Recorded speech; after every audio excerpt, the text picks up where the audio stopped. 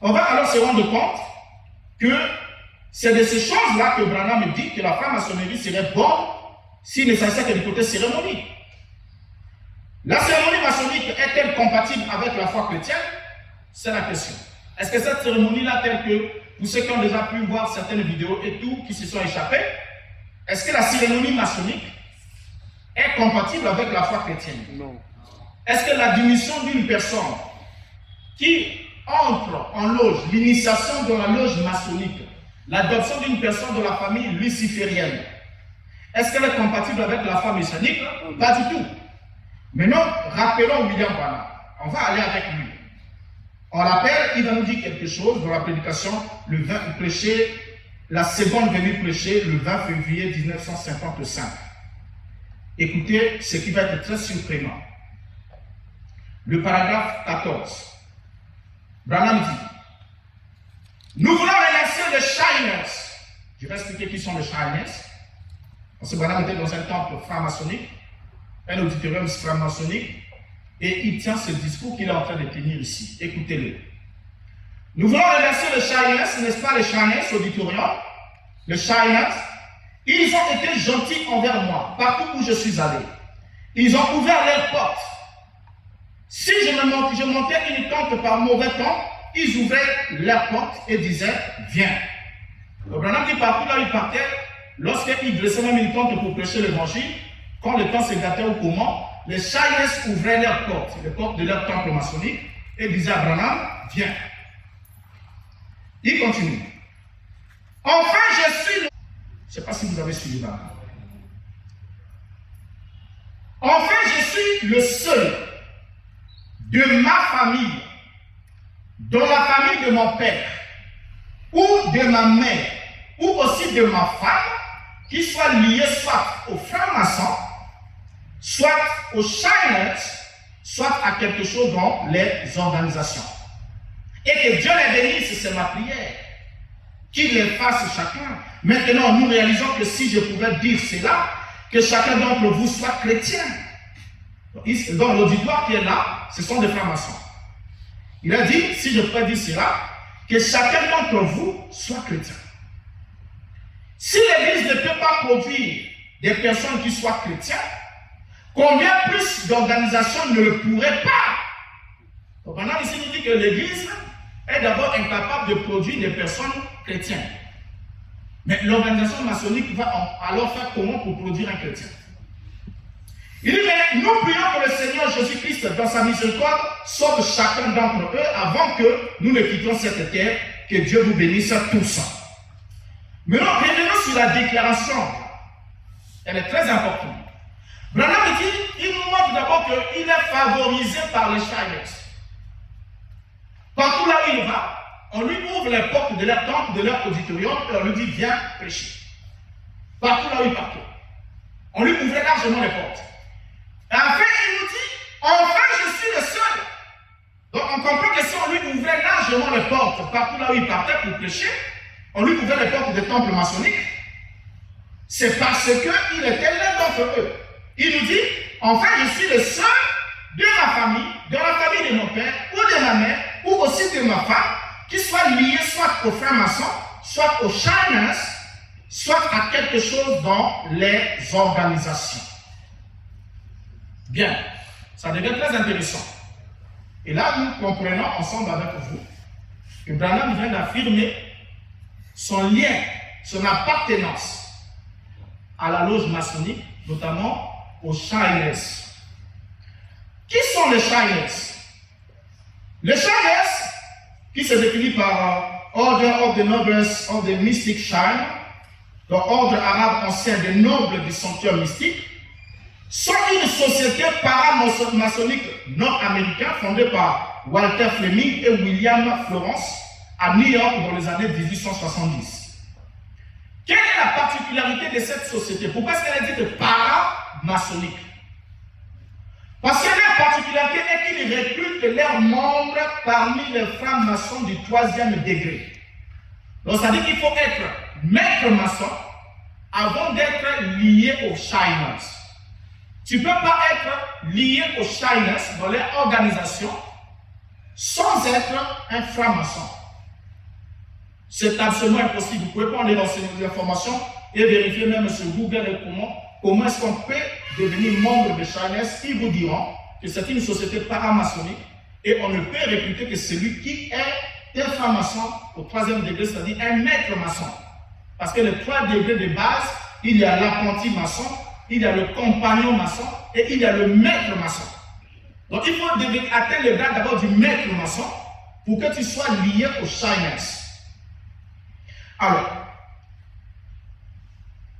Branham ici ne serait pas lié aux Shiners ou ne ferait pas partie de Shiners s'il n'était pas un maître maçon. Il nous dit qu'il est lié aux Shiners. Mais le principe pour être lié aux Shiners, oui, avoir quelque chose de leur organisation paramaçonnique, franc-maçon, il faut être un franc-maçon à partir du 3e degré, c'est-à-dire un maître maçon, et au-delà. Donc en bas du grade de maître maçon, c'est impossible d'être lié aux Shiners. Ils ne prennent pas un apprenti maçon. Quelqu'un n'est pas venu comme ça et dit je vais faire partie des Shiners et on le prend. Non, non, là-bas, ils n'ont pas l'initiation initiale. Ils n'ont pas ça. Donc pour être compagnon, pour être dans le grade de compagnon ou dans le grade d'apprenti maçon, ils n'acceptent pas ça. Ils n'ont que des maîtres. Donc dans le Shiners, l'organisation il n'y a que les maîtres maçons qui font partie de l'organisation, ceux qui sont liés à l'organisation. Maintenant, regardez une chose. Avant les dernières années, la maison de distribution des brochures de Branham, qu'on appelle Voice of God, dirigée par son fils, qu'on appelle Joseph Branham, lorsqu'il publiait cette déclaration de Branham en anglais, là où Branham affirme son lien, son attachement avec la franc-maçonnerie, vous voyez qu'il nous met des points de suspension et des points d'interrogation. C'est-à-dire, pour briser la phrase, pour qu'on ne comprenne pas quelle est la pensée, qu'est-ce qu'il veut dire. Alors, lorsque un autre site a publié fidèlement, donc que ce soit des brochures en anglais et en français, alors le site-là va publier les versions originaux sur le combat que nous menons au niveau de l'Afrique. Nous éveillons les consciences surtout au niveau de l'Afrique francophone, parce qu'au niveau de l'Afrique francophone, je suis par la grâce du Seigneur le premier pasteur qui a quitté le mouvement de William Branham et qui a commencé, non seulement il a quitté, mais il a commencé à dénoncer. Et lorsqu'ils ont compris ces choses-là, alléluia, lorsqu'ils ont compris ces choses, ils vont alors s'arranger à se dire comment est-ce qu'on peut rattraper ça. Alors, ils vont déformer, introduire une négation dans cette déclaration. Écoutez, je vais d'abord lire quand même l'extrait en anglais. Supportez-moi et nous allons traduire. On va vous montrer s'il y avait un tableau, on devait inscrire quelque chose, mais on n'a pas, mais suivez quand même. Ils vont rendre la partie essentielle ici. Là, Branham dit, je suis le seul de ma famille, de la famille de mon père, de la famille de ma femme, qui soit lié aux francs-maçons, soit aux Shiners, ou qui a quelque chose à voir dans leur organisation. Ils vont essayer de modifier. Qu'est-ce qu'ils vont dire? Frankly, I'm the only one of my family in my father's or my mother's peoples, or also my wife's people, that's not necessarily some Shiners or something in their organization. Ici, ils vont introduire la négation that's not Asia. That's not Asia. Et lorsqu'ils vont l'introduire, qu'est-ce qu'ils vont faire en deuxième lieu? Ils vont prendre la bande audio de William Branham. Là où Branham parle de ça. Ils vont ajouter un certain bruit de fond. Lorsque si on peut mettre l'extrait là ici, vous entendez Branham parler, dire ce que nous avons lu là. Vous allez voir qu'on a mis un bruit de fond de la bande. La bande est presque, elle n'est pas très audible. Donc pour créer un flou à cet endroit. Or, selon la traduction maintenant de ce qu'ils viennent de faire, la mise à jour qu'ils ont fait, qu'est-ce que la déclaration dit maintenant? Suivez. Elle dit maintenant, franchement, je suis le seul de ma famille, chez mon père, ou chez ma mère, ou aussi chez ma femme, qui ne soit ni maçon, ni Shiners, ni quelque chose dans les organisations. Bon, écoutez, même si on est très idiot, hein, Au fait, le monsieur là qu'on appelle Joseph Branham, le fils de William Branham, au fait, pour lui, il pense que nous sommes vraiment des bêtas. Parce que le message, la vie du message de Branham, laissez-moi vous le dire pour ceux qui ne savent pas.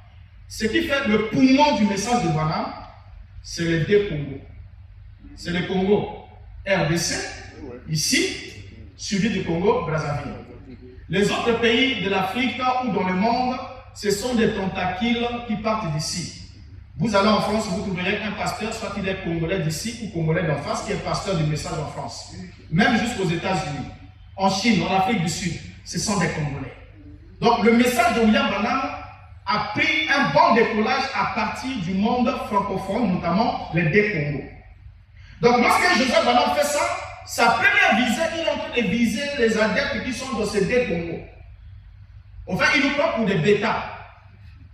Il nous prend pour des bêtas pour nous faire dire à Branham que Branham, on lit maintenant Branham qui nous dit: je suis le seul de ma famille, chez mon père ou chez ma mère, ou aussi chez ma femme, qui ne soit ni maçon, ni chaïnesse ou quelque chose dans leur organisation.